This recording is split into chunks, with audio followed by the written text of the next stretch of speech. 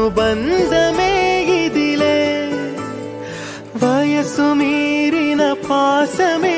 ఒక కావ్యమైనదిలే రేపలా ఎప్పుడు